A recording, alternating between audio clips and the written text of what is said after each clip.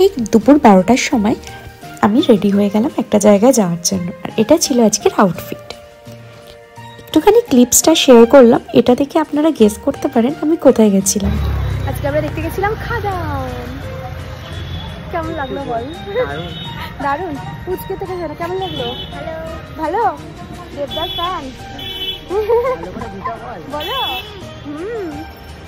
তো এবার আমরা এখান থেকে চলে যাবো হচ্ছে কোথায়, কোর্টের কাছে।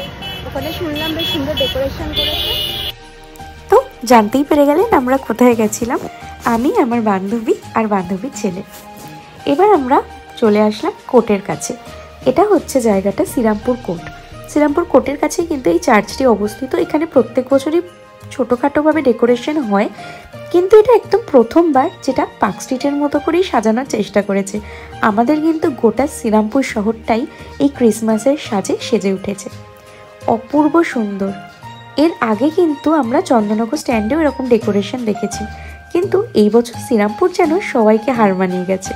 এটা ছিল চার্চের ভেতরের পার্টটা, যতটা সম্ভব তুলেছি। প্রথমেই কিন্তু চার্চে গিয়ে আমরা দর্শন করে নিয়েছি আমাদের যিশু বাবার।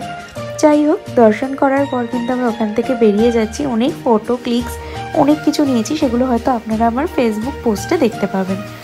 যাই হোক, চার্চ থেকে বেরিয়ে যখন আমি মার্কেটের দিকে যাই, তখন আরও খেয়াল করি যে না, শুধু কোর্টের কাছে বা চার্চের সামনেই না, পুরো শ্রীরামপুর শহরটাই সেজে উঠেছে কিন্তু এই ক্রিসমাসের সাজে।